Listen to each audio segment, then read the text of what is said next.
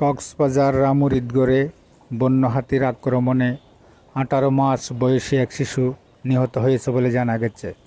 নিহত শিশুর নাম আব্দুর রহমান সাদ, শহীদগড় ইউনিয়নের মৈত্যাতলী গ্রামের আমির হামজার পুত্র বলে জানা গেছে।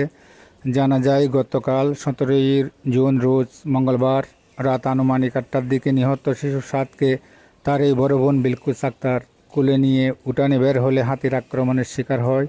এতে শিশু সাদ গুরুতর আহত হলে তাকে চট্টগ্রাম মেডিকেল হাসপাতালে চিকিৎসার জন্য নেওয়া হয়। রাতে চিকিৎসাধীন অবস্থায় সে মৃত্যুবরণ করেন।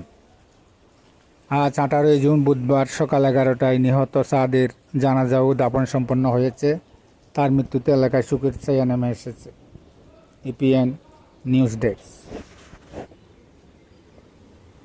আসসালামু আলাইকুম রহমতুল্লাহ। একমাত্র আর বসালে আলিয়ারাতিয়া 8টা বাজাতিয়া আক্রমণ করে ওরা মারিয়ে হসপিটাল ধরাই এখন সেটা তিন মারানি এখন আর ভালো দৌড়ে যাচ্ছিলাম। নাম কি আব্দুর রহমান আসাদ গানের নাকি জানি চিকিৎসা করতে চট্টগ্রাম নিলাম হাসপাতাল তিয়ান নেবে চট্টগ্রাম নিয়ে মারা গিয়ে চট্টগ্রাম মারা গিয়ে কি হয়ে যেতে হন সাই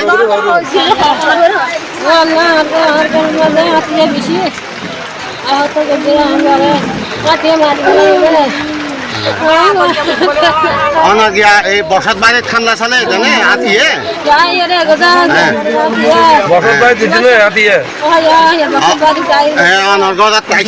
হামলা চালাইয়ে বাচ্চা মারা গিয়ে দিবার নাম কি? আব্দুর রহমান। বয়স কত? আচ্ছা আচ্ছা। ও দাদা হাতির হামলাইয়ে মারা গিয়ে আর কি কলিবা ওনার মাইয়া নে ইবার নাম কি নাম? আচ্ছা ইব আহত হইয়ে ন